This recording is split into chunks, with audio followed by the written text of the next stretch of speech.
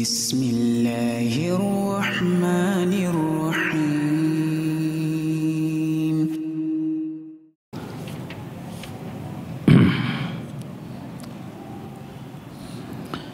Bismillahirrahmanirrahim. Assalamualaikum warahmatullahi wabarakatuh. Alhamdulillahirabbil alamin. Wa bihi nasta'in ala umuri dunya waddin. Wassalatu wassalamu ala asyrafil anbiya'i wal mursalin nabiyina Muhammad wa ala alihi wa sahbihi ajma'in wa man ihtada bihudah wattaba'a atharahu ila yaumiddin, amma ba'd. Rabbi israh li sadri wa yassir li amri wahlul 'uqdatam min lisani yafqahu qawli. Allahumma inna nas'aluka ilman nafi'an wa rizqan thayyiba wa amalan mutaqabbala. Ayyuhal ikhwah wal akhwat, kaum muslimin wal muslimat yang semoga senantiasa dirahmati dan diberkahi oleh Allah Subhanahu wa taala. Insyaallah kita akan lanjutkan pembahasan kitab 40 hadis seputar kesucian hati. Mudah-mudahan kita bisa menyelesaikannya. Hadis yang ke-33, bangkrut dengan ghibah dan menodai kehormatan manusia. An Anas bin Malik radhiyallahu anhu qala, dari sahabat Anas bin Malik, pelayan Rasulullah sallallahu alaihi wasallam, beliau mengatakan, qala Rasulullah sallallahu alaihi wasallam, Rasulullah sallallahu alaihi wasallam bersabda, lamma urija bi, tatkala aku dinaikkan ke langit, yaitu dalam peristiwa Isra Mi'raj. Dan peristiwa Isra Mi'raj adalah peristiwa yang hak, yang harus kita yakini, karena diabadikan di dalam Quran dan hadis-hadis yang mutawatir. Subhanalladzi asra bi 'abdihi lailan minal masjidil haram ilal masjidil aqsa alladzi barakna haulahu. Dan hadis-hadis tentang Isra Mi'raj pun mutawatir, di mana Nabi SAW melakukan perjalanan dari Masjidil Haram ke Masjidil Aqsa, dari Masjidil Aqsa naik bersama Jibril ke langit, ya, bahkan ke langit yang 7, bahkan dekat dengan Sidratul Muntaha, dekat dengan Allah Subhanahu wa taala.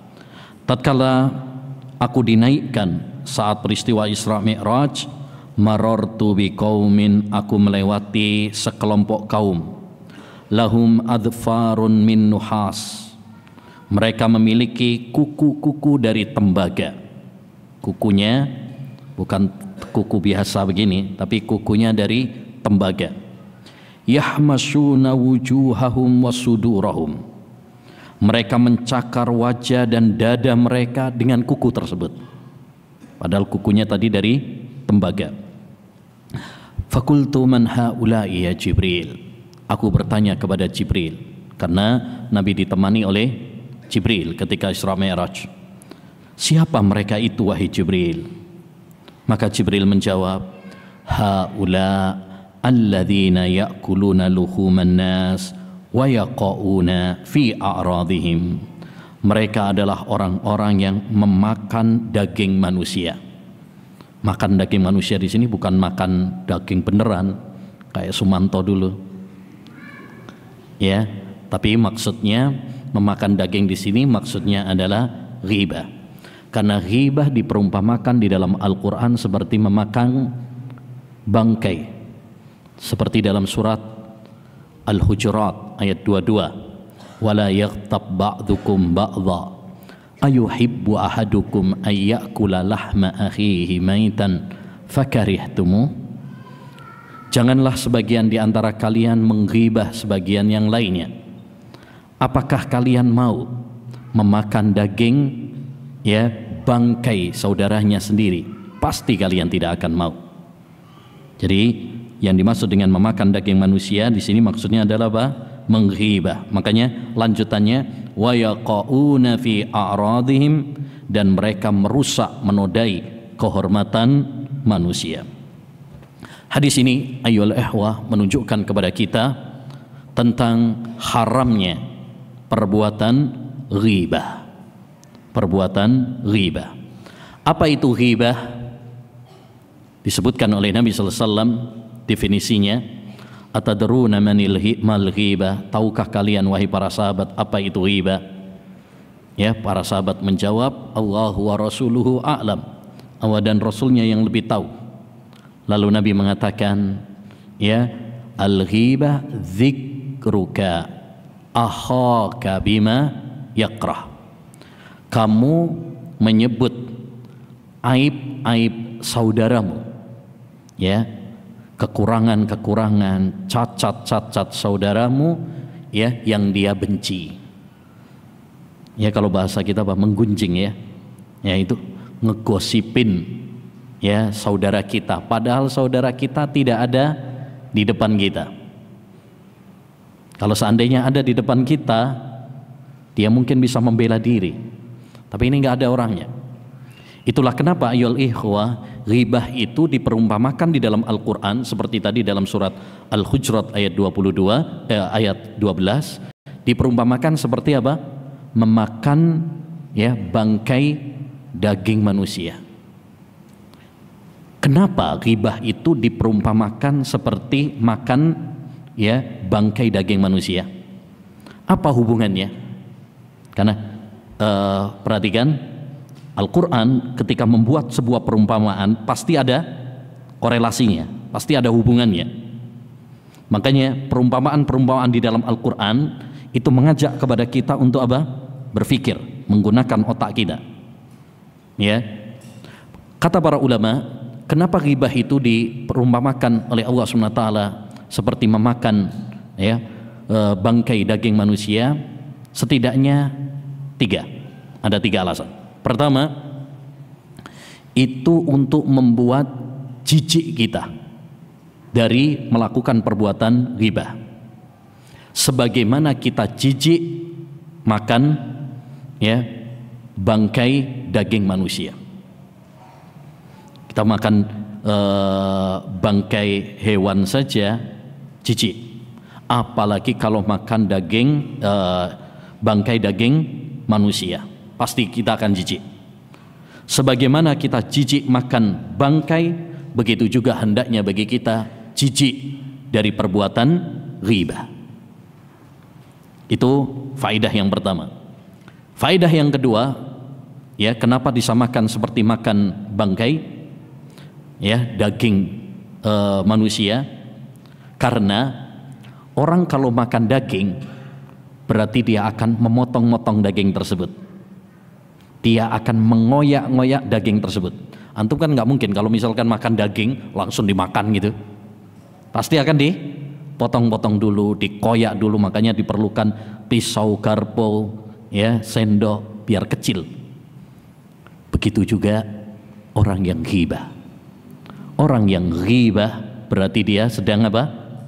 Mengoyak-ngoyak kehormatan saudaranya sesama muslim. Jelas ya? Ini korelasi hubungan yang kedua. Kenapa diperumpamakan seperti makan daging? Ya, karena sama-sama mengoyak. Kalau makan daging itu mengoyak daging, kalau, ya, ghibah itu mengoyak kehormatan. Yang ketiga, ayyuhal ikhwah, kenapa disamakan seperti makan bangkai? Ya, karena orang kalau makan daging, ya, dagingnya nggak bisa membela diri. Begitu juga ketika orang menghibah saudaranya, padahal saudaranya tidak ada di hadapannya, dia tidak bisa membela dirinya. Kalau dia ada di hadapannya, mungkin dia bisa membela dirinya, mungkin dia akan bisa mengelak, mungkin dia akan mengklarifikasi. Tapi ini kita menyebutkan kejelekan saudara kita padahal nggak ada orangnya, ya, sehingga dia tidak punya waktu untuk bisa membela dirinya. Maka ini, ya, sisi kesamaan, ya, sama-sama tidak bisa membela diri. Intinya ayyuhal ikhwah, ghibah yaitu menyebutkan kejelekan-kejelekan saudara kita hukumnya haram, dan ini bisa merusak dan mengotori hati kita. Makanya Allah Subhanahu wa taala dalam surat Al-Hujurat tadi, ya, memulai larangan ghibah dengan ya ayyuhalladzina amanu, wahai orang-orang yang beriman. Karena perbuatan ghibah merusak keimanan, menodai keimanan seorang hamba. Makanya ya, salah satu perusak dari keimanan seorang hamba adalah perbuatan ghibah. Dan ghibah hukumnya haram dengan kesepakatan para ulama, bahkan dia termasuk dosa besar. Ya, para ulama seperti Al-Imam Adz-Dzahabi rahimahullah dalam kitabnya Al-Kabair memasukkan ghibah termasuk dosa besar karena banyaknya ayat-ayat dan hadis-hadis yang menjelaskan tentang tercelanya perbuatan ghibah. Banyak, sampai ada bukunya secara khusus, Al-Ghibah wa Asaruhas Sayyi' fil Ummah, ghibah dan pengaruh buruknya, dampak buruknya bagi pribadi dan masyarakat. Ada bukunya secara khusus yang membahas tentang masalah ya, dampak buruk dari perbuatan apa? Ghibah ini. Ya, disebutkan di dalam sebuah hadis ya, dalam riwayat Imam Bukhari dalam Adabul Mufrad dan Imam Ahmad dalam Musnadnya, disahihkan oleh Ibnu Hajar, bahwa suatu saat Nabi sallallahu alaihi wasallam beliau pernah mencium aroma yang sangat bau, ya, bau sekali. Lalu Nabi sallallahu alaihi wasallam bertanya kepada para sahabat, wahai para sahabat, tahukah kalian bau apa ini? Baunya nggak enak sekali. Tahukah kalian bau apa ini? Ya, kata Nabi, ini adalah baunya orang-orang yang ghibah, orang-orang yang melakukan perbuatan ghibah.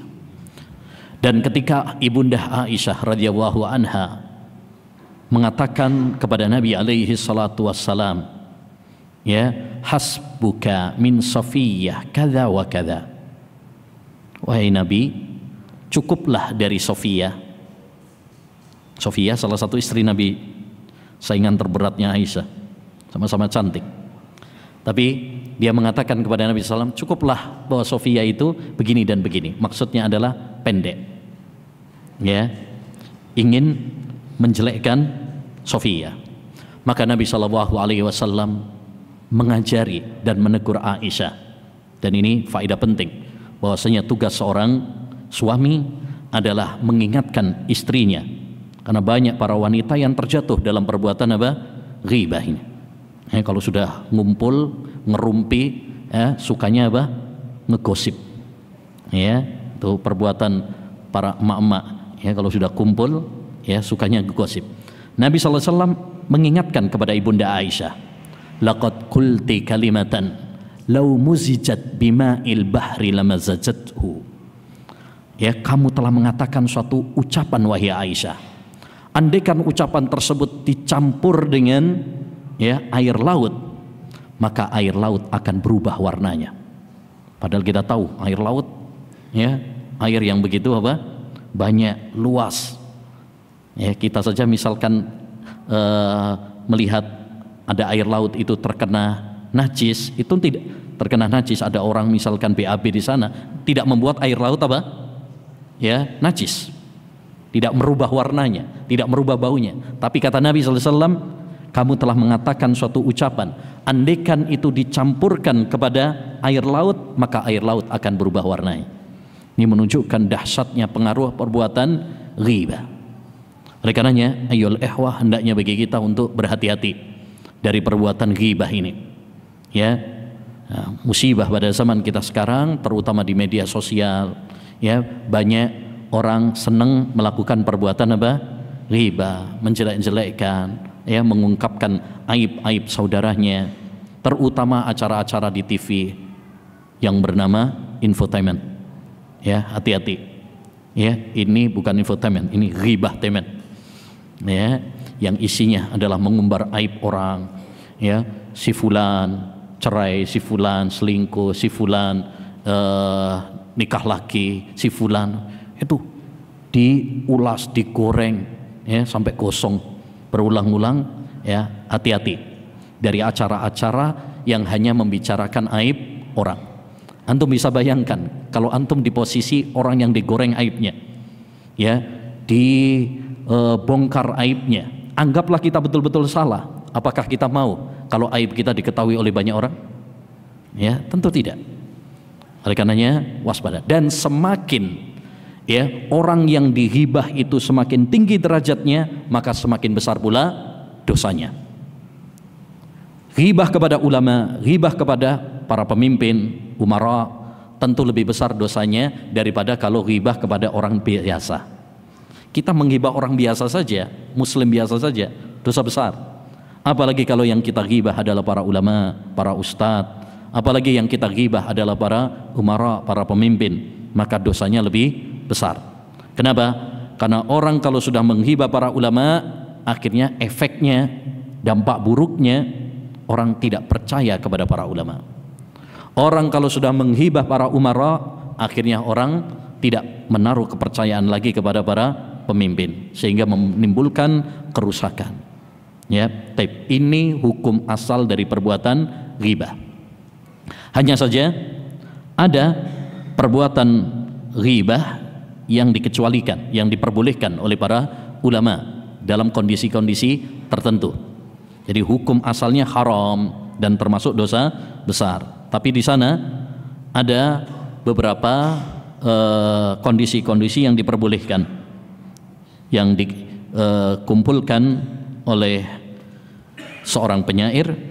Ada 6. Al-qadhu laysa bihibatin fi sittatin mutadhallimin wa mu'arrifin wa muhadziri wa limudhirin fisqan wa mustaftin wa man talabal i'anata fi izalati munkari. Ya, menyebutkan aib orang lain itu tidak termasuk ghibah, tidak tercela dalam 6 hal. Yang pertama, mutadhallim, orang yang terzalimi. Antum misalkan dizalimi oleh orang, kemudian antum mengadu kepada pihak yang berwajib atau orang yang memiliki wewenang, ya, untuk bisa mengatasi masalah tersebut, kepada atasan misalkan, ya, itu diperbolehkan. Itu diperbolehkan. Yang kedua, wa mu'arrifin, ya, wa mu'arrifin, untuk memberitahu orang lain, memberitahu orang lain, dan kita tidak ada cara yang lain. Misalkan ini contoh saja ya. Misalkan ada orang nanya, mana rumahnya, ini contoh ya, rumahnya Pak Agus misalkan. Pak Agus banyak namanya Agus, makanya kalau bulan Agustus sampai ada ya gratis untuk Agus, sampai ada komunitasnya. Nah, karena nama Agus banyak, ada yang bilang nama pasaran ya. Agus yang mana, banyak di sini Pak. Ya. Kemudian kita menyebutkan salah satu ciri khasnya dia, Agus, maaf misalkan yang pincang misalkan. Maka seperti ini hukumnya apa? Boleh. Karena untuk membuat ciri khas, ya, untuk mengenalkan, memberitahu kepada orang lain karena adanya suatu hajah, kebutuhan. Makanya kalau dalam kitab-kitab perawi hadis biasanya disebutkan seperti itu, al-a'raj, ya, al-a'raj itu yang pincang, ya. Kemudian seperti Abdullah bin Umi Maktum juga kadang dalam Al-Quran ada abasa wa tawalla an ja'ahul a'ma, yang buta. Nah, seperti ini, ya, ini adalah diperbolehkan karena untuk tadi takrif, mengenalkan kepada orang lain dengan suatu ciri khas, ya, yang membedakan dia dengan orang lain. Yang ketiga, wa muhadziri, untuk mentahdzir, memberikan peringatan, ya, memberikan peringatan, seperti yang dilakukan oleh para ulama ahlul hadis, ya, mengingatkan si fulan adalah kadzab, dajjal, pendusta, tidak boleh diambil hadisnya. Atau yang dilakukan oleh para ulama untuk mengingatkan dari para dai-dai yang mengajak kepada neraka jahanam, hati-hati dari ahli bid'ah fulan, karena dia, ya, pemahamannya apa? Menyimpang, dia pemahamannya liberal, dia pemahamannya wahdatul wujud misalkan. Seperti para ulama banyak mengingatkan hal itu, ya, penyimpangan-penyimpangan, kesesatan-kesesatan orang-orang tertentu yang telah menyebarkan kebid'ahan. Ya, seperti ini tidak mengapa. Sama seperti halnya kita mengingatkan orang, misalkan dari ini pembunuh berdarah dingin, ini pengedar narkoba, hati-hati dari dia. Bahkan kalau misalkan ada orang yang tukang penipu, ya, utang nggak pernah bayar misalkan, bolehkah kita mengingatkan manusia darinya? Boleh. Hati-hati misalkan dari fulan, dia kalau utang nggak pernah bayar. Hati-hati dari si fulan, dia pengedar narkoba. Ya, hati-hati dari si fulan karena dia adalah teroris. Hati-hati dari si fulan, misalkan dia suka nipu para gadis, para akhwat misalkan. Ya. Ada sebagian, bahkan sebagian ikhwan juga banyak yang modus juga, sering ya mencari korban-korban para akhwat yang lugu. Nah, seperti ini kalau memang terbukti boleh ya untuk sebagai apa? Peringatan.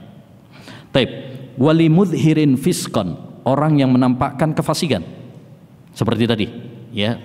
Orang-orang yang menampakkan kefasikan seperti tadi pembunuh, pengedar narkoba dan sebagainya, ya, penipu dan lain sebagainya.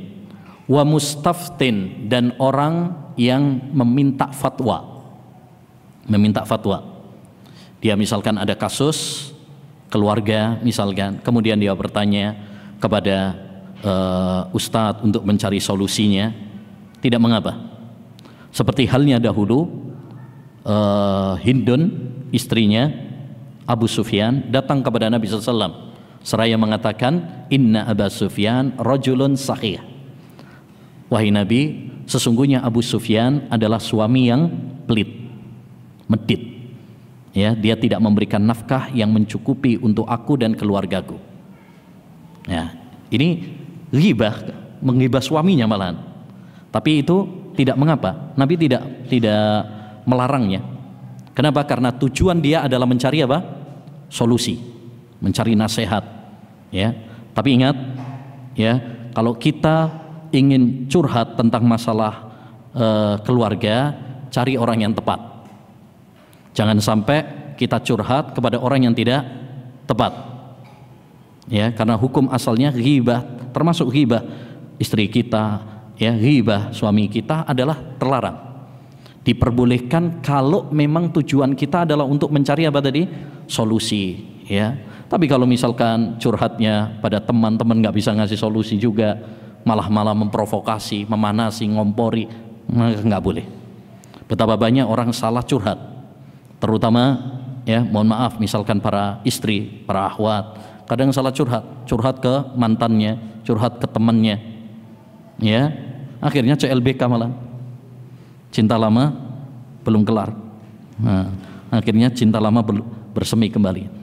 Awal-awalnya dari salah curhat, salah curhat. Makanya kalau kita pengen curhat, ya, kepada orang yang terpercaya, kepada orang yang kita yakini dia nanti bisa memberikan apa? Nasihat, solusi, ya. Taib. Kemudian waman talabal i'anata fi izalati munkari. Dan yang keenam adalah orang yang meminta bantuan untuk mengingkari kemungkaran. Ya, mengingkari kemungkaran. Itu diperbolehkan juga. Kalau tujuannya adalah untuk mengingkari kemungkaran. Misalkan antum melaporkan kepada polisi misalkan, ya, bahwa di sana ada hal-hal yang mencurigakan misalkan, ya, kayaknya ada yang mau ngebom deh, kayaknya ada yang narkoba misalkan, ya, saya nggak bisa mengingkarinya, ya, kalau bapak kan punya kekuatan. Nah, seperti ini diperbolehkan, ya, melaporkan seperti ini diperbolehkan karena tujuannya adalah mengingkari kemungkaran. Tip berikutnya, gelapnya kezaliman. Ani Ibni Umar radhiyallahu anhuma qala Rasulullah sallallahu alaihi wasallam. Dari sahabat Ibnu Umar, beliau mengatakan Rasulullah sallallahu alaihi wasallam bersabda, inna dzulma dzulumatun yaumal qiyamah. Sesungguhnya kezaliman adalah kegelapan-kegelapan di akhirat kelak. Kegelapan di alam kubur, kegelapan di akhirat, dan kegelapan di neraka, waliyadzubillah. Hadis ini menunjukkan kepada kita tentang bahaya kezaliman dan bahwasanya kezaliman bisa merusak hati manusia, menghitamkan, menggelapkan hati manusia. Ya, oleh karenanya kita harus hati-hati dan waspada dari perbuatan zalim. Dan zalim berputar pada dua hal. Yang pertama, tidak menunaikan kewajiban terhadap orang lain. Contoh, kita punya hutang, namanya punya hutang itu wajib bayar. Tapi kita nggak mau bayar, itu namanya zalim. Ya, tidak menunaikan kewajiban terhadap orang lain. Ada orang hutang tapi nggak mau bayar, ini contohnya. Padahal kewajiban orang yang berhutang adalah membayar hutang, tapi dia nggak mau bayar, ini zalim. Makanya kata Nabi, matlul ghani dzulmun, orang yang bisa mampu bayar hutang tapi dia menunda-nunda, ini nunda-nunda loh ya, bukan kabur nggak bayar hutang, baru menunda-nunda saja itu disebut oleh Nabi sebagai suatu kezaliman. Apalagi nggak mau bayar, baru nunda-nunda saja itu sudah disebut sebagai suatu kezaliman. Ada orang misalkan ya, ada orang bos misalkan atau majikan, dia punya karyawan kerja sama dia.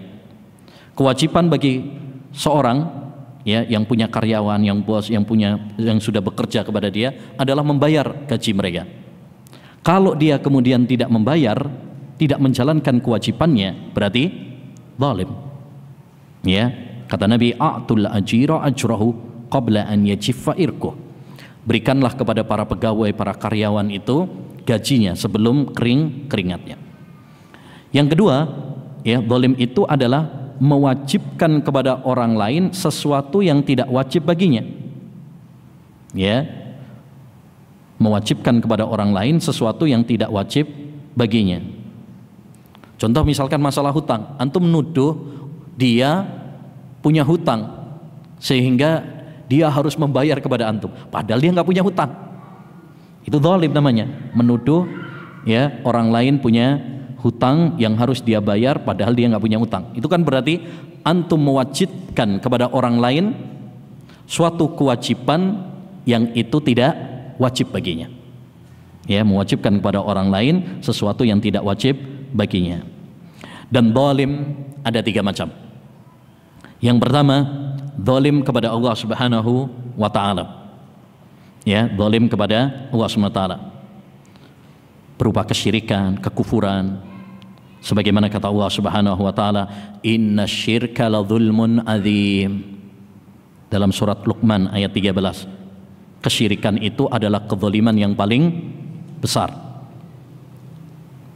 Yang kedua, ya, zalim kepada manusia.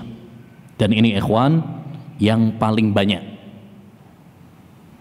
Makanya kata Imam Al-Munawi rahimahullah, ini penting diperhatikan.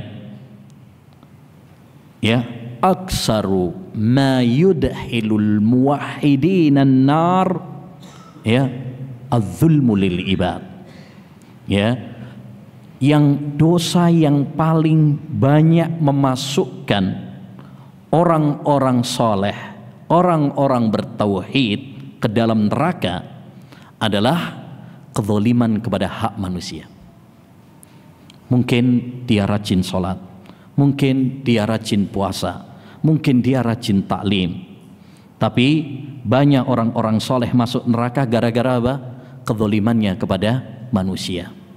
Dia tidak bisa menjaga lisannya, dia tidak bisa menjaga hatinya, dia tidak bisa menjaga tangannya. Ini yang membuat banyak orang-orang saleh, bahkan orang-orang yang bertauhid masuk neraka. Dan ini yang disabdakan oleh Nabi dalam hadis ini. Ya, adz-dzulmu dzulumat yaumal qiyamah. Ya, zalim itu adalah kegelapan-kegelapan besok pada hari kiamat.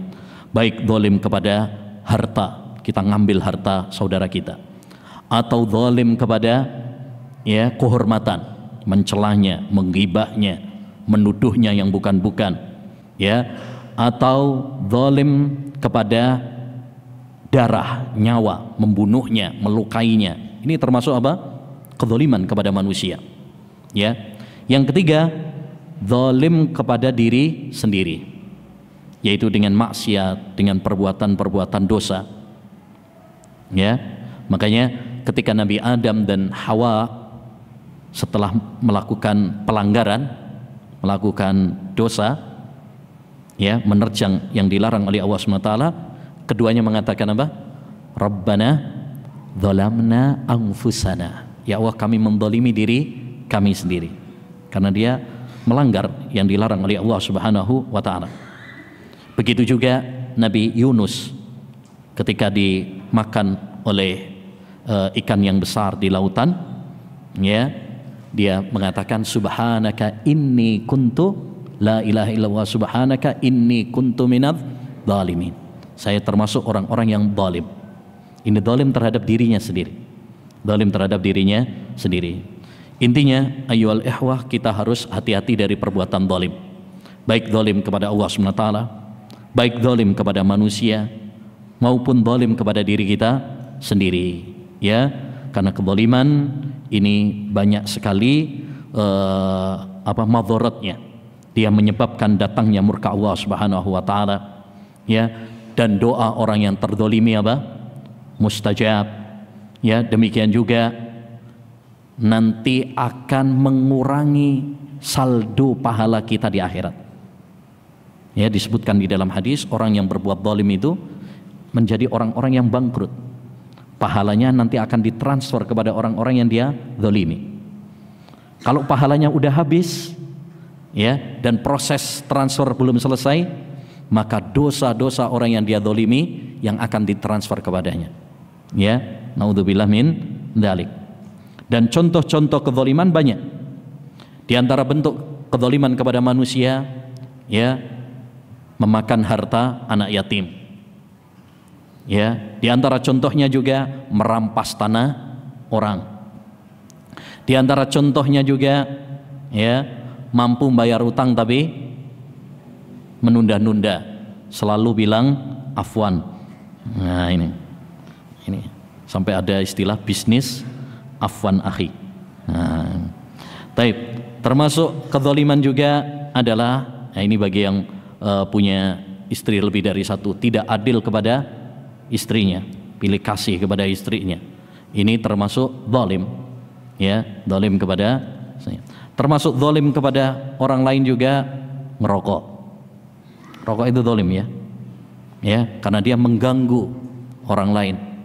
Ya, memadharatkan orang lain dengan asapnya, ya, dengan baunya yang tidak sedap, ya, demikian juga bisa mengganggu kesehatannya, bahkan bisa membuat dia sakit. Bahkan penelitian kedokteran menunjukkan bahwa rokok itu bisa, ya, membahayakan janin yang ada di perut ibu hamil, sampai segitunya. Ya, la dharara wala dirar. Terkadang manusia banyak berbuat zalim tapi dia tidak menyadari bahwa dia telah berbuat zalim. Termasuk zalim juga apa pada zaman sekarang? Ya, naik kendaraan yang mengganggu. Apa itu? Knalpot, brong. Ya, suaranya mengganggu, berisik. Ini mengganggu, kawan. Zalim, ya, pada orang lain. Baik, insyaallah nanti kita lanjutkan setelah salat. Wassallallahu wasallam ala nabiyina Muhammad wa ala alihi wa sahbihi ajmain. Ayyuhal ikhwah wal akhwat, kita lanjutkan pembahasan kita. Berikutnya hadis yang ke-35 tentang hinanya dunia. An Sahl bin Sa'din As-Sa'idi radhiyallahu anhu qala, dari sahabat Sahal bin Sa'ad As-Sa'idi, beliau mengatakan, qala Rasulullah sallallahu alaihi wasallam, Rasulullah sallam bersabda, "Lau kanatid dunya ta'dilu inda wa janaha ba'udatin ma saqa kafiran minha syarbata ma." Seandainya dunia sebanding dengan sayap nyamuk, niscaya Allah Subhanahu wa taala tidak akan memberikan seteguk air pun kepada orang kafir. Ya, karena sejatinya dunia ini diciptakan oleh Allah Subhanahu wa taala untuk orang-orang yang beriman, untuk orang-orang yang taat. Tetapi karena dunia ini hina, orang kafir pun dikasih sama Allah Subhanahu wa taala. Ya, Makanya dalam sebuah hadis Nabi SAW mengatakan, Inna Allaha yu'tid dunya man yuhibbu wa man la yuhib. Allah itu memberikan dunia kepada hamba yang dia cintai dan hamba yang tidak dia cintai. Orang kafir pun dikasih dunia sama Allah SWT. Dikasih harta, dikasih tahta, dikasih popularitas, dikasih keluarga. Wala yu'til imana illa man yuhib. Tetapi Allah tidak memberikan keimanan kecuali kepada hamba yang dia cintai. Ya, jadi dalam hadis ini Nabi SAW menggambarkan bahwa dunia itu enggak lebih seperti sayapnya nyamuk. Masya Allah, nyamuk itu udah kecil ya, binatang yang paling kecil. Ini sayapnya. Jadi dunia ini enggak lebih dari sayap nyamuk. Dalam hadis yang lain Rasulullah SAW menggambarkan dunia itu tak lebih seperti bangkai kambing yang cacat. Suatu saat Nabi SAW ketika mau pergi ke pasar Madinah, ya, ternyata di jalan ada bangkai kambing. Lalu Nabi SAW menarik, ya, telinga kambing tersebut dan telinganya cacat. Kata Nabi, siapa yang mau membelinya dengan 1 dinar? Kata para sahabat, siapa yang mau beli wahai Nabi 1 dinar? Siapa? Nabi turunkan harga. Siapa yang mau membeli 1 dirham? Kalau dinar itu kan emas, kalau ini 1 dirham perak. Kata para sahabat, siapa yang mau beli? Dikasih gratis saja belum tentu ada yang mau wahai Rasul. Kata Nabi, wallahi lad dunya ahwanu indallah min hadza alaikum. Demi Allah, sesungguhnya dunia di mata Allah Subhanahu wa taala lebih hina daripada hinanya, ya, bangkai kambing yang cacat ini di mata kalian. Artinya apa? Kalau kalian saja merasa jijik dengan bangkai kambing yang cacat ini sampai nggak ada yang mau walaupun dikasih gratis, apalagi kalau beli. Begitu juga dunia di mata Allah SWT. Dia sangat hina. Demikian juga di dalam hadis yang lain Nabi SAW menggambarkan dunia itu tak lebih seperti makanan yang kita makan. Nah, ini mungkin banyak yang belum tahu. Dalam sebuah hadis riwayat Ahmad dihasankan oleh Syekhul Albani, Nabi menggambarkan dunia itu seperti apa? Makanan yang kita makan. Inna mat'ama ibni Adam ju'ila masalan lid dunya. Sesungguhnya apa yang dimakan oleh anak Adam itulah perumpamaan dunia. Wa in qazzahu wa mallahahu fandur madza yasiru. Sekalipun dia menggaraminya, membumbuinya, perhatikan, pikirkan, toh akhirnya jadi apa? Coba kita pikir-pikir, makanan apa paling enak di Bandung? Nah, somai, batagor. Taib.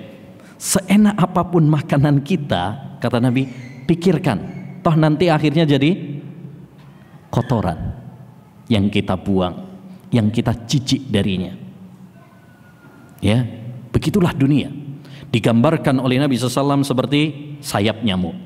Digambarkan oleh Nabi seperti bangkai kambing yang cacat. Digambarkan oleh Nabi seperti makanan yang kita makan, di mana nanti akan menjadi kotoran. Ya, semua itu supaya kita tidak terlena, tidak tertipu dengan dunia yang fana dan hina ini. Ya. Jadi tujuannya dunia itu tidak tercela karena zatnya. Bukan berarti kemudian kita nanti nggak mau sama dunia sama sekali, nggak mau sama harta sama sekali, nggak mau sama wanita sama sekali, tidak. Tapi maksudnya dari gambaran-gambaran tersebut tujuannya adalah supaya kita tidak tertipu, supaya kita ya tidak tergila-gila mengejar dunia. Karena dunia ini begitu menggoda. Inna dunya khulwatun khadirah. Kata Nabi SAW, dunia itu manis dan hijau. yakni banyak orang silau, tergoda, banyak orang ya mulai dari kecil sampai tua dia banting tulang, meras keringat, mengejar dunia, lupa sama akhiratnya, lupa sama ibadahnya kepada Allah Subhanahu wa taala. Ya, oleh karenanya agar kita tidak tertipu dengan dunia, hendaknya bagi kita mengingat dua hal. Pertama, hendaknya kita mengingat bahwa dunia itu seperti tadi hina dan fana. Ini yang harus kita camkan baik-baik, bahwa dunia itu adalah hina, dunia itu adalah fana. Baik dunia yang bernama harta, baik dunia yang bernama wanita, baik dunia yang bernama tahta, semuanya adalah hina dan fana. Ya, semua kita pasti akan meninggalkannya. Sehebat apapun kita, sebanyak apapun harta kita, suatu saat kita akan pergi meninggalkan dunia tersebut. Sebagaimana dalam hadis Nabi mengatakan, mali walid dunya ma ana fid dunya illa karakibin istadalla tahta syajaratin summa raha anha wa tarakaha. Apa peduliku dengan dunia? Tidaklah aku di dunia ini melainkan seperti seorang pengembara yang singgah di bawah pohon untuk istirahat. Selesai istirahatnya, dia akan meninggalkan pohon tersebut. Jadi begitu gambaran kita di dunia. Kita akan pergi.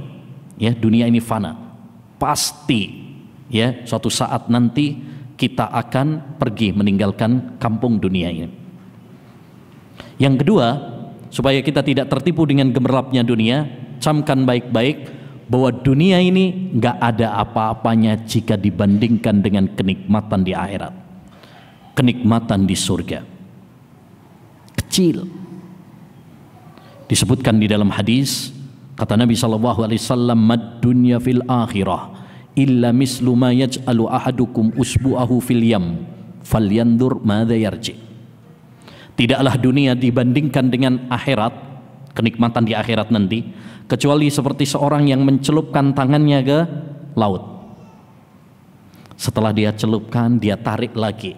Perhatikan, hanya berapa tetes air yang nempel ya di jarinya. Pernah nggak praktekkan di sini? Coba antum praktekkan. Ketika ke laut, jauh nggak laut dari sini? Nah, sekali-kali tamasya. Ya, sekali-kali ke laut. Kemudian praktekkan, celupkan tangan kita. Kemudian tarik lagi. Ya, lihat hanya berapa tetes air yang nempel di jari kita. Setetes dua tetes, itulah gambaran dunia. Kecil, dikit. Ya, nggak mungkin kita tarik kemudian dapat satu ember gitu, nggak mungkin. Paling setetes dua tetes, itu pun segera kering. Ya, kemudian lihat hamparan lautan yang begitu luas. Itulah gambaran ya kenikmatan di surga Allah Subhanahu wa taala. Itulah gambaran kenikmatan di akhirat. Maka orang yang bodoh adalah orang yang tertipu dengan setetes dua tetes tadi. Dia lupa dengan hamparan lautan yang begitu luas. Dan orang yang cerdas adalah orang yang tidak tertipu dengan setetes dua tetes tadi. Ya, tetapi yang dia cari adalah kenikmatan-kenikmatan di surga, kenikmatan di akhirat ya, yang digambarkan oleh Nabi seperti hamparan lautan yang tak bertepi. Maka kita harus menjadi orang-orang yang cerdas. Jangan menjadi orang-orang yang bodoh, yang tertipu dengan yang hina, yang tertipu dengan yang fana, yang tertipu dengan yang sedikit. Walal akhiratu khairu wa abqa. Ingat, akhirat itu jauh lebih baik dan lebih kekal. Jadikan dunia hanya sekedar sebagai sarana. Ya, jadikan dunia hanya sekedar sebagai jembatan menuju akhirat. Dan yang namanya jembatan, jembatan itu tempat nyebrang, bukan tempat tinggal. Ya, jangan sampai kita menjadikan dunia ini sebagai tempat tinggal. Jadikan dunia ini hanya sekedar apa? Jembatan, wasilah, sarana untuk menuju akhirat, untuk ibadah kepada Allah Subhanahu wa taala. Kesuksesan yang sesungguhnya bukan dengan menumpuk harta, bukan dengan memiliki istri yang cantik jelita, bukan dengan ya tahta, tapi kesuksesan yang sesungguhnya tatkala kita bisa nanti menginjakkan kaki di surga, tatkala kita selamat nanti dari neraka. Faman zuhziha 'anil nar wa udkhilal jannata faqad faz wa mal hayatud dunya illa mata'ul ghurur. Kata Allah Subhanahu wa taala, barang siapa yang diselamatkan dari neraka dan dimasukkan dia ke surga, dimasukkan oleh Allah ke surga, faqad faza, dialah orang yang sukses. Wa mal hayatud dunya illa mata'ul ghurur. Adapun dunia ini, tidaklah dunia ini kecuali kesenangan yang menipu. Jadi sukses menurut Al-Quran itu apa? Siapa orang yang sukses? Orang yang bisa masuk surga dan selamat dari neraka. Itu baru orang yang sukses. Kalau orang sekarang kan banyak mengatakan apa? Yang sukses itu sukses dunia. Masya Allah, antum sekarang udah jadi orang. Ya, kayak sebelumnya bukan orang aja. Ya kan? Maksudnya apa itu? Sekarang sudah apa? Mapan kerjanya, sudah punya mobil yang mewah, punya rumah yang luas dan megah, ya, punya istri, punya anak, ya, karirnya melejit, terkenal dan lain sebagainya. Itu baru orang menganggapnya apa? Sukses. Padahal menurut Al-Quran tidak.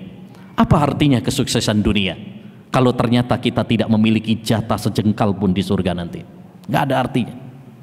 Ya, antum sebagai orang yang kaya, sebagai orang yang populer, sebagai orang yang punya jabatan yang tinggi, nanti kalau mati suatu saat akan dilupakan oleh manusia. Maka yang terpenting adalah bagaimana kita mengejar akhirat. Ya, baik. Berikutnya hadis yang ke-36, ingat mati. An Abi Hurairah radhiyallahu an, qala Rasulullah sallallahu alaihi wasallam, Rasulullah sallam bersabda, aksiru dzikra hadzimil ladza, perbanyaklah oleh kalian mengingat sang penghancur kelezatan, pemutus kelezatan. Apa artinya pemutus kelezatan? Ya'nil maut, yaitu kematian.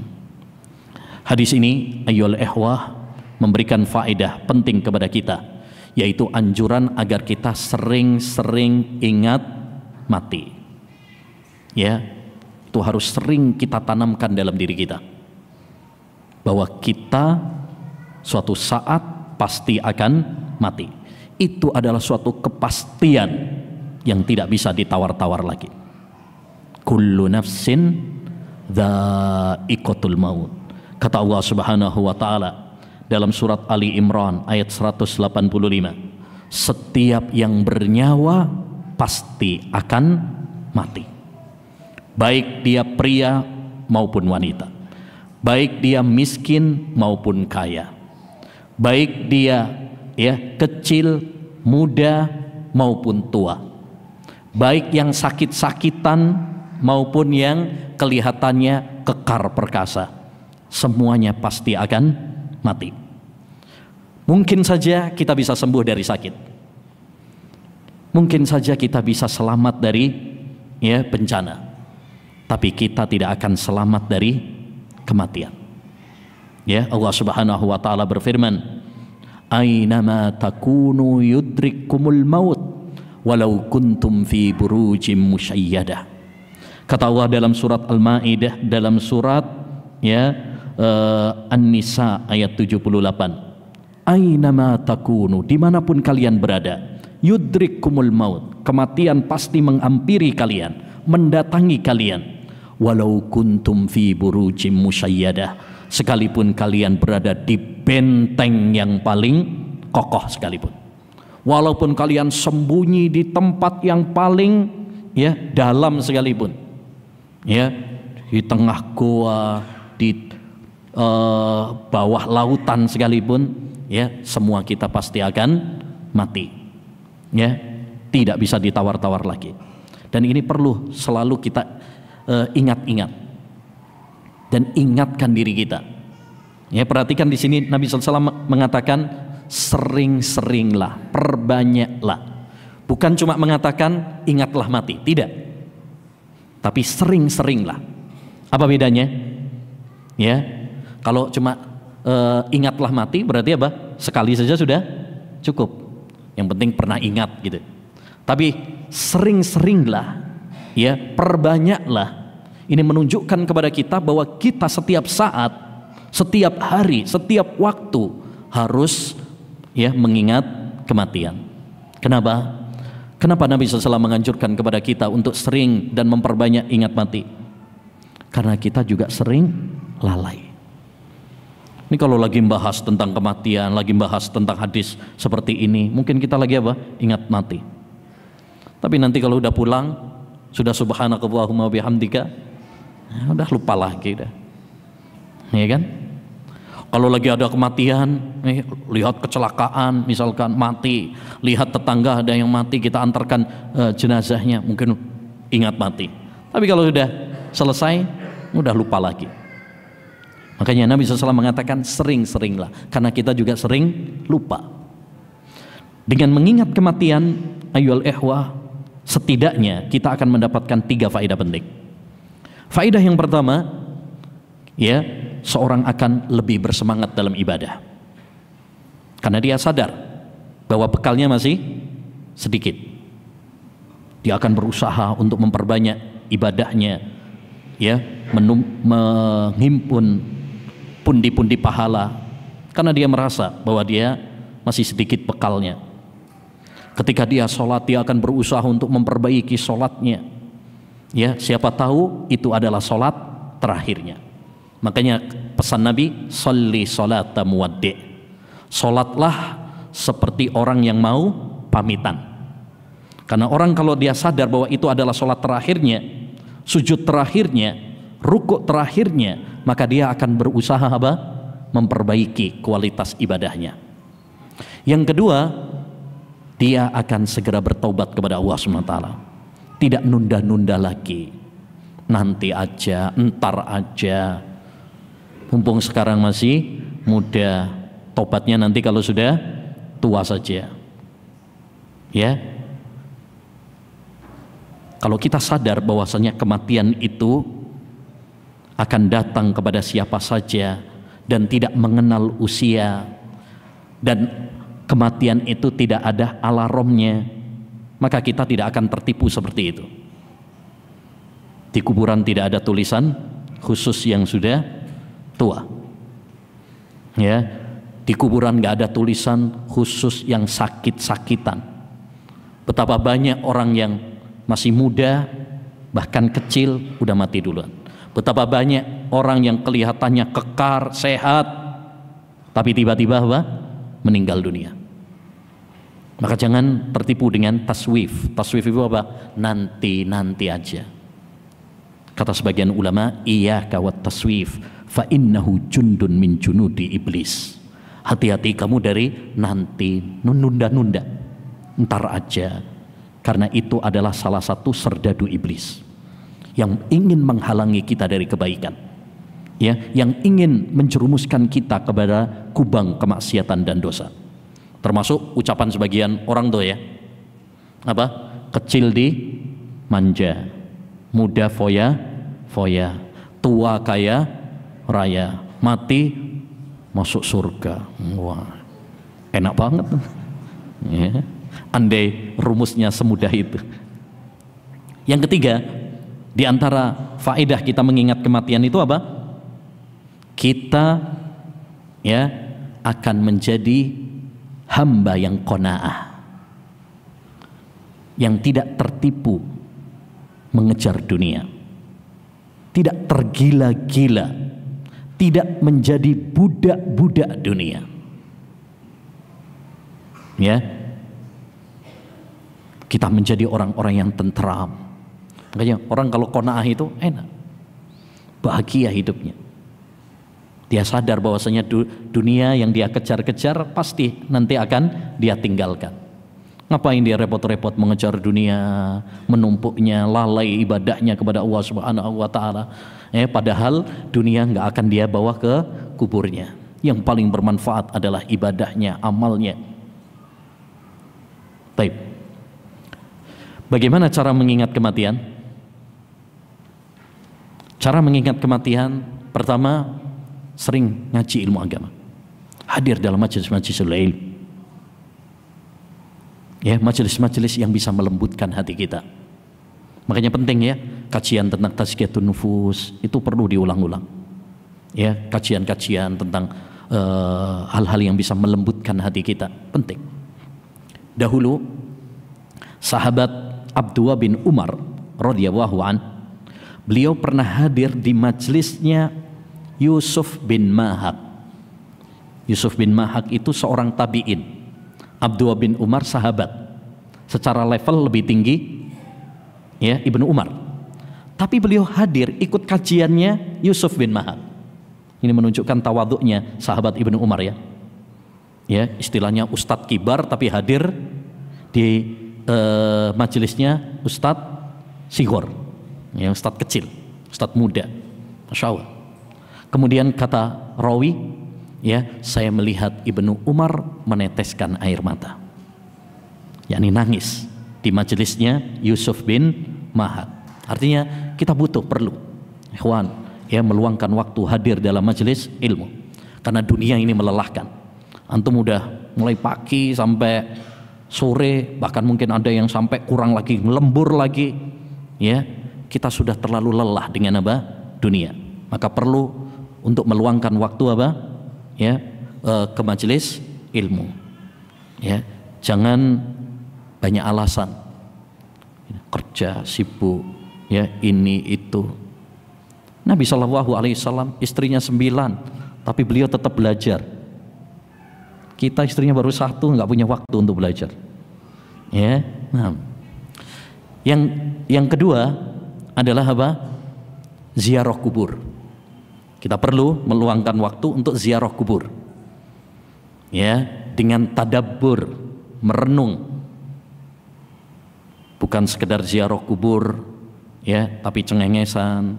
Ziarah kubur, tapi tujuannya tabur bunga, malah minta-minta ke kuburan, tidak. Tapi ziarah kubur dengan tujuan untuk mengingat apa?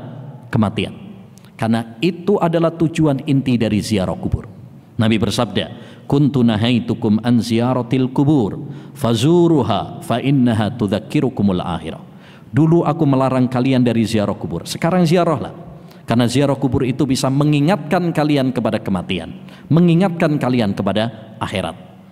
Ya, makanya penting kalau misalkan ada yang meninggal dunia, jenazah, ada sholat jenazah, kita ikut.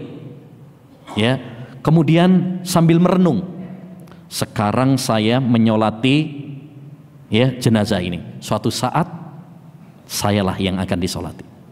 Sekarang saya mengantar jenazah saudara saya, suatu saat saya yang bakalan diantar. Sekarang saya menguburkan saudara saya, suatu saat saya yang bakalan dikuburkan. Begitu.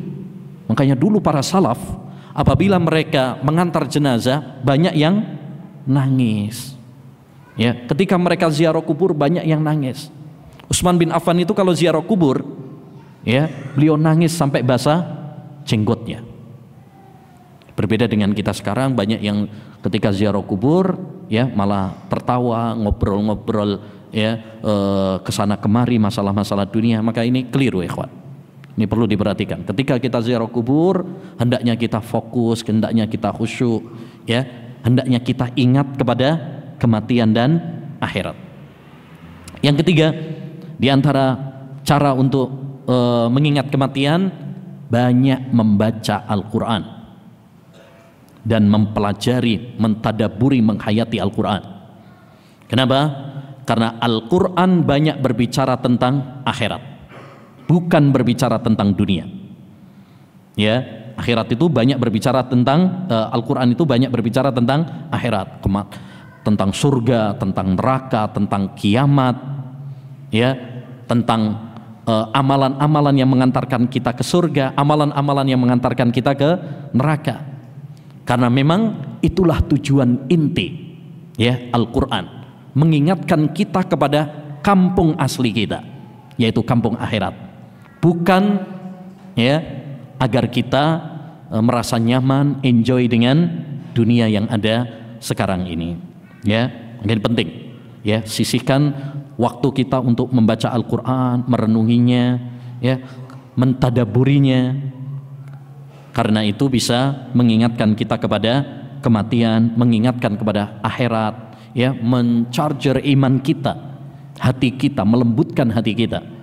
Ya, kata Imam Ibnu Abdul Qawi, wa hafid ala darsil Qur'ani fa innahu yulayyinu qalban qasiyan misla jalmadi. Sering-seringlah kamu membaca Al-Quran, karena Al-Quran itu bisa melembutkan hati yang keras seperti batu. Ya, hati yang keras seperti batu bisa lembut apabila kita membaca Al-Quran. Berikutnya hadis yang ke-37, bagaikan pengembara. Ya. An Ibnu Mas'udin radhiyallahu anhu qala Rasulullah sallallahu alaihi wasallam, Rasul sallam bersabda, mali walid dunya ma ana fid dunya illa karakibin istadalla tahta sajaratin summa raha wa tarakaha. Apa peduliku dengan dunia? Tidaklah aku di dunia melainkan seperti seorang pengembara yang berteduh di bawah pohon, kemudian dia akan pergi meninggalkan pohon tersebut. Hadis ini, ikhwan, ada sababul wurud. Sababul wurud itu untuk hadis, ya. Kalau Al-Quran biasanya namanya sababun nuzul, sebab turunnya ayat. Hadis ini diungkapkan oleh Nabi ada sebabnya. Sebabnya apa? Suatu saat Umar bin Khattab radhiyallahu an masuk ke rumah Nabi sallallahu alaihi wasallam. Ya. Lalu Nabi sallallahu alaihi wasallam menyambut Umar.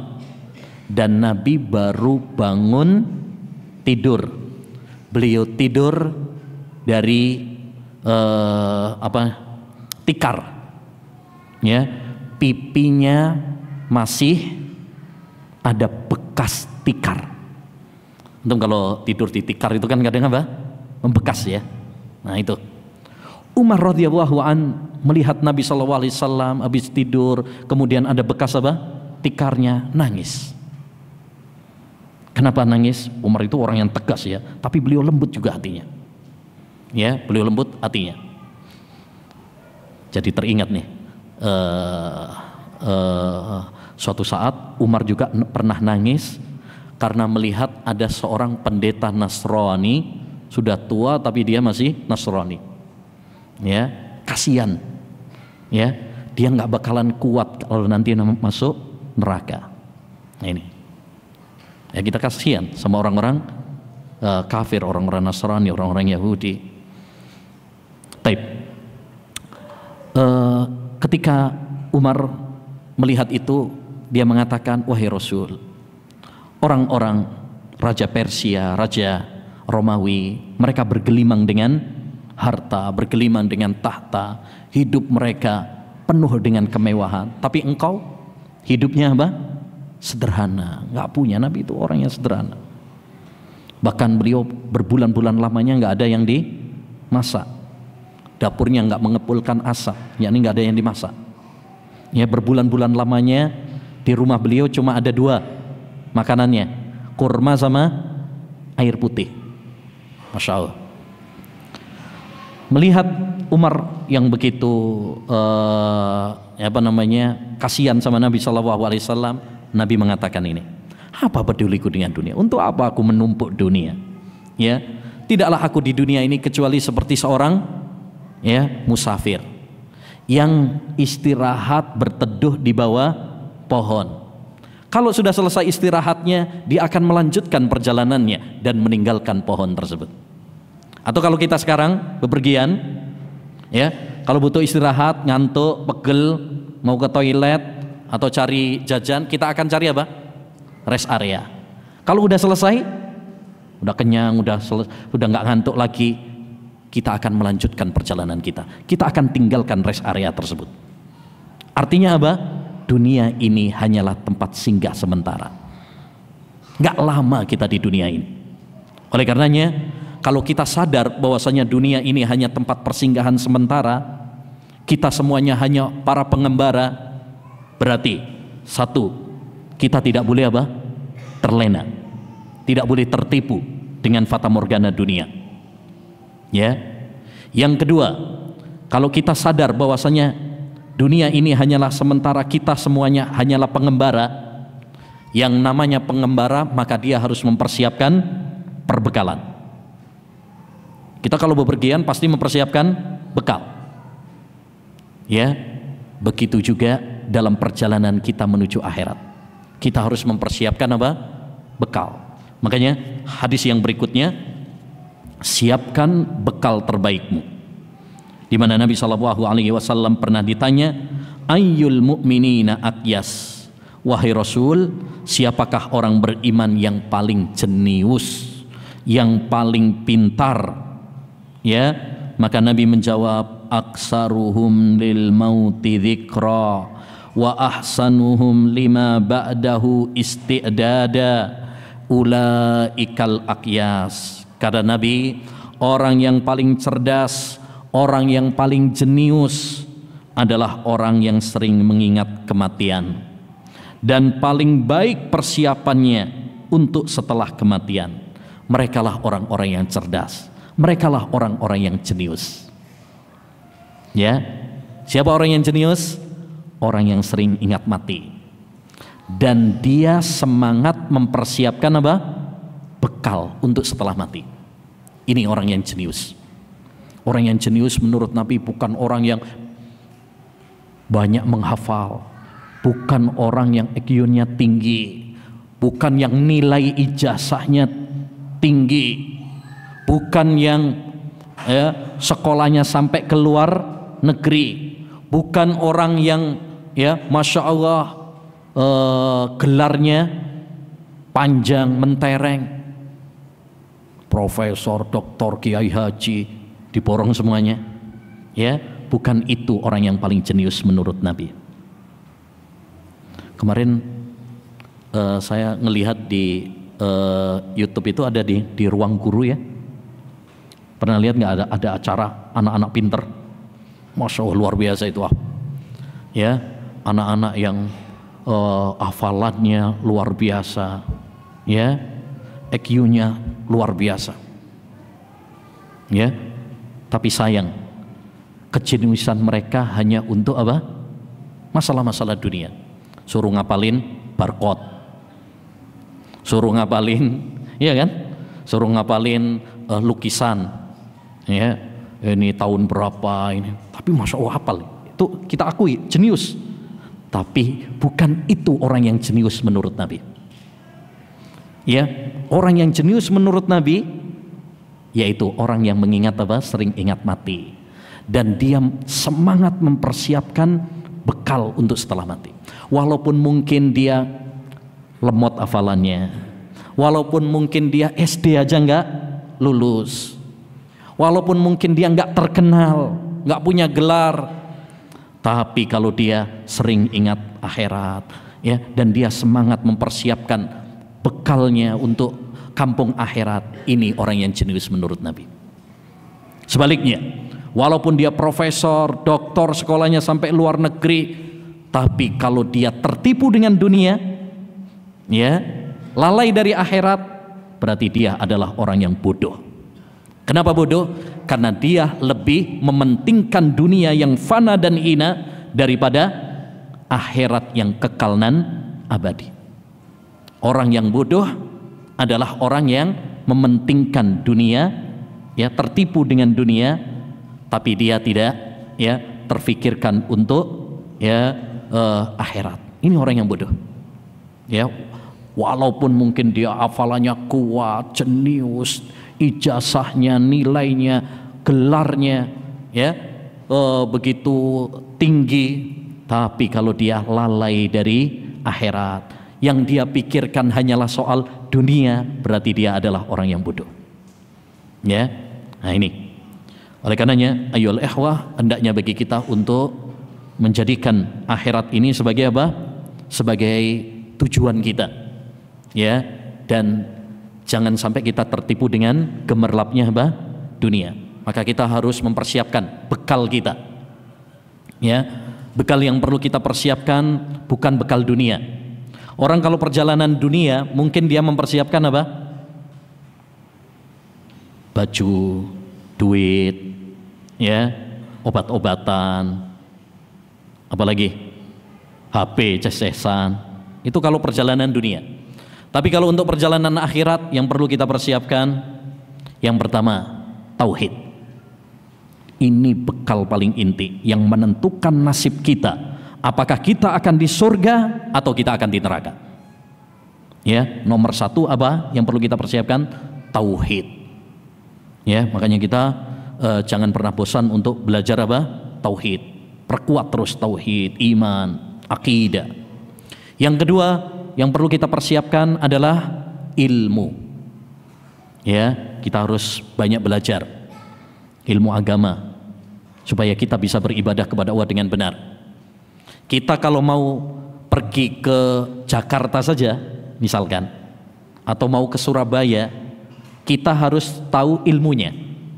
Kita harus tahu tujuan alamatnya mana, naiknya lewat jalan mana, ya.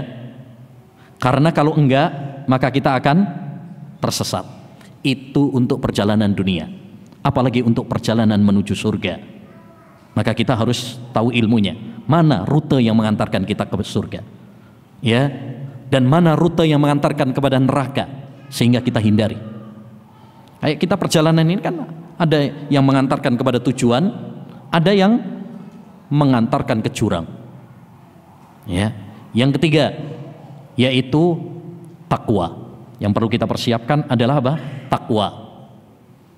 Wa tazawwadu fa inna khairaz zadi taqwa. Berbekalah oleh kalian dan sebaik-baik bekal adalah takwa. Takwa itu apa? Melaksanakan perintah-perintah Allah dan menjauhi larangan-larangannya. Kemudian yang perlu kita persiapkan dalam perjalanan juga menuju kampung akhirat, sabar. Kawan harus sabar. Kita perjalanan saja, nggak usah jauh-jauh perjalanan ke Jakarta. Kadang kita perjalanan kerja saja harus sabar. Sabar karena macet, apalagi Bandung macet, ya.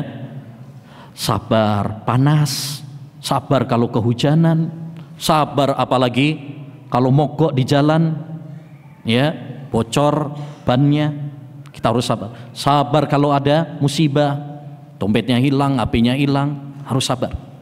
Makanya kata Nabi, as-safaru qit'atun minal adab. Safar itu adalah bagian dari adab. Kalau untuk safar dunia saja kita harus sabar, apalagi safar menuju akhirat. Kita harus sabar dalam menjalankan perintah-perintah Allah. Ya, sholat harus sabar, mendidik keluarga harus sabar, ngaji ilmu agama harus sabar. Yang kedua, sabar dalam meninggalkan larangan-larangan Allah. Perlu jihad melawan hawa nafsu. Karena hawa nafsu seringkali mengajak kepada maksiat dan dosa. Dan sabar dalam menghadapi ujian dan cobaan. Baik. Kemudian hadis yang ke-39, istiqamah selamanya. An Abi Amrin wa qila Abi Amr Sufyan bin Abdullah qala qultu ya Rasulullah kulli fil islami qawlan la as'alu anhu ahadan ghairak qala qul amantu billahi summa istaqim. Kata Sufyan bin Abdullah, wahai Rasulullah, katakanlah padaku tentang Islam suatu ucapan yang saya tidak akan menanyakannya kepada seorang pun selain engkau. Maka Nabi menjawab, katakan saya beriman kepada Allah, kemudian istiqomahlah. Istiqomah itu apa? Konsisten di atas jalan yang benar, jalan yang lurus, ya, sampai Allah Subhanahu wa taala mencabut nyawanya. Konsisten di atas tauhid, konsisten di atas sunnah, konsisten di atas ketaatan kepada Allah Subhanahu wa taala. Ya. Dan ini penting, ikhwan. Kata sebagian ulama ussalaf ketika menafsirkan firman Allah, innal ladzina qalu rabbuna wa summa istaqamu. Sesungguhnya orang-orang yang mengatakan Rabb kami adalah Allah kemudian mereka istiqomah. Kata ulama ussalaf, innal ladzina qalu hadza katsir. Orang-orang yang mengatakan saya beriman itu banyak. Summa istaqamu kemudian yang istiqomah, hadza qalil. Ini yang sedikit. Kalau cuma sekedar hijrah, ngaji, mendapatkan hidayah banyak. Tapi yang bisa mempertahankan hijrahnya, yang bisa mempertahankan hidayahnya, merawatnya hingga ke gerbang surga, ini yang susah. Makanya yang paling berat itu apa? Istiqomah. Ya, bagaimana kita bisa istiqomah di atas tauhid, bagaimana kita bisa istiqomah di atas sunnah Nabi, bagaimana kita bisa istiqomah di atas ibadah, di atas ketaatan kepada Allah SWT sampai akhir hayat kita. Ini yang susah. Kenapa? Karena godaan-godaan, ya, baik itu godaan dari luar maupun dari dalam. Godaan dari luar seperti setan, godaan dari dalam seperti hawa nafsu kita, ya, mereka menginginkan agar kita melenceng dari jalan yang lurus. Oleh karenanya hendaknya bagi kita berupaya untuk istiqomah. Bagaimana caranya? Ikhlas. Ini penting, ikhwan. Ikhlaskan, ya, semua amal ibadah kita. Dengan ikhlas maka kita akan istiqomah. Banyak orang-orang setelah mendapatkan hidayah, banyak orang-orang saudara-saudara kita yang hijrah, mereka kemudian gugur di tengah jalan gara-gara apa? Rusaknya niat mereka, salah niat. Makanya sebagaimana dalam hadis tentang hijrah, hadis tentang niat, faman kanat hijratuhu ila Allah wa rasul fa hijratuhu ila Allah wa rasul. Siapa yang hijrahnya karena Allah dan Rasulnya, maka hijrahnya kepada Allah dan Rasulnya. Langgeng, kuat, istiqomah. Tapi kalau hijrahnya karena dunia, maka dia akan gugur di tengah jalan. Maka yang paling utama ikhlas dalam ibadah, ya, menata hati kita, meluruskan niat kita. Dan ini berat. Yang kedua adalah cari teman-teman yang baik, ya, teman-teman yang bisa menggandeng tangan kita menuju surga, teman-teman yang bisa mengingatkan kita tatkala kita lalai, tatkala kita futur, ya, karena kita ya kembang kempes imannya, kadang lagi semangat, kadang ya malas. Kita butuh teman-teman yang bisa mengingatkan kita. Ya, yang ketiga ini penting juga, bahkan paling penting, yaitu apa? Doa. Perbanyak doa. Allahumma ya muqallibal qulub sabbit qalbi ala dinik. Ya wadzat yang membolak-balik hatiku, tetapkanlah hatiku dalam ketaatan kepadamu. Baik. Berikutnya hadis yang terakhir, hadis kita tutup dengannya. Mudah-mudahan dengan kita menutup kajian kita ini dengan hadis ini, mudah-mudahan kita, ya, bisa menggapai husnul khatimah, ya, menutup dengan husnul khatimah. Baik. An Sahl bin Sa'din As-Sa'idi qala qala Rasulullah sallam innamal a'malu bil khawatim. Dari Sahl bin Sa'ad As-Sa'idi berkata, Rasulullah SAW bersabda, amalan itu tergantung pada akhirnya. Jadi penentuannya itu ditentukan di akhir. Seperti halnya pertandingan dan perlombaan. Perlombaan dan pertandingan itu ditentukan di akhir. Sang juara itu ditentukan di akhir. Kalau di awal namanya pendaftaran, namanya babak penyisihan, ya kan?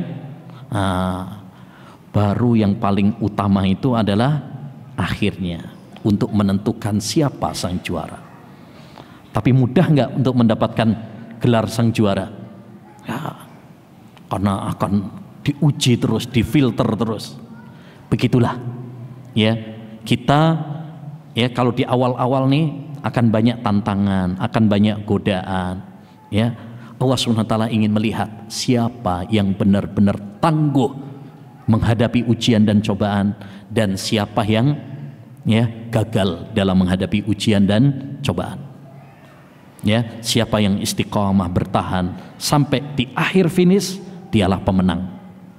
Oleh karenanya hendaknya bagi kita untuk berupaya bagaimana kita menggapai husnul khotimah. Ya, karena ini penentuannya. Ya, jangan merasa aman dengan keadaan kita sekarang. Saya sekarang sudah alhamdulillah mendapatkan hidayah Islam. Saya sekarang sudah mendapatkan hidayah sunnah. Jangan merasa aman. Betapa banyak orang-orang yang jauh lebih hebat daripada kita, mereka kemudian tergelincir di akhir jalan. Ya, Imam Ibnul Qayyim mengatakan orang yang paling tolol, ya, dan orang yang paling merugi adalah orang yang sudah hampir selesai, ya, di finish, garis finish, tetapi dia malah ya, menyimpang. Dan itu banyak. Contoh-contohnya banyak. Kita kenal dahulu ada Imran bin Hittan, ya, yang menikah dengan seorang wanita Khawarij, akhirnya jadi Khawarij. Kita kenal dulu ada Abdullah Al-Qasimi, ya, yang dijuluki Syekhul Islam, banyak menulis kitab-kitab, membantah liberal, membantah Khawarij, membantah Syiah, tapi di akhir hayatnya menjadi seorang ateis, menjadi orang ateis, nggak tanggung-tanggung. Kita kenal dulu di sahabat Nabi ada namanya Abdullah bin Khattal. Abdullah bin Khattal, seorang sahabat masuk Islam, tapi kemudian di akhirnya menjadi seorang yang murtad, bahkan diperintahkan oleh Nabi untuk membunuhnya karena dia suka mencela Nabi. Ya, artinya apa ikhwan? Kita tidak boleh merasa aman. Ya, maka kita harus berusaha bagaimana kita istiqamah, dan yang paling penting bagaimana kita mempertahankan, merawat hidayah yang sudah kita dapatkan ini sampai akhir hayat kita. Ya, dengan cara apa? Tadi, dengan kita terus belajar ilmu agama, dengan kita sibuk beramal saleh, dengan kita menata niat, dengan kita banyak berdoa kepada Allah Subhanahu wa taala, dengan kita berteman dengan orang-orang saleh, ya, itu cara-cara agar kita bisa menggapai husnul khatimah. Nah, walhamdulillah, selesai sudah pembahasan kitab 40 hadis seputar kesucian hati. Mudah-mudahan apa yang telah kita pelajari menjadi ilmu yang bermanfaat bagi kita, dan kita berdoa kepada Allah Subhanahu wa taala agar Allah Subhanahu wa taala, ya, membersihkan hati kita semuanya, mensucikan hati kita semuanya, ya. Dengan kita belajar hadis-hadis ini, harapannya yang paling penting adalah kita bisa mengamalkannya, karena inti ilmu adalah amal. Rabbana zalamna anfusana wa illam taghfir lana wa tarhamna lanakunanna minal khasirin. Rabbana hab lana min azwajina wa dhurriyyatina qurrata a'yun waj'alna lil muttaqina imama. Rabbana atina fid dunya hasanah wa fil akhirati hasanah wa qina adzaban nar.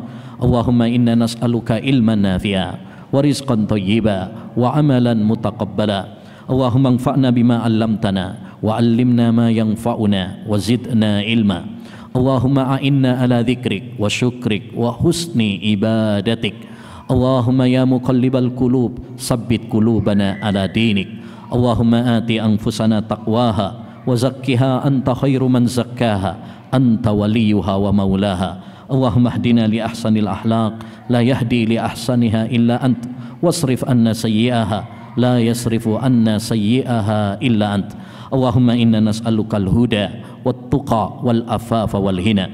Allahumma inna nas'alukal jannah wa ma qarraba ilaiha min qawlin aw amal, wa na'udzu bika minan nar wa ma qarraba ilaiha min qawlin aw amal.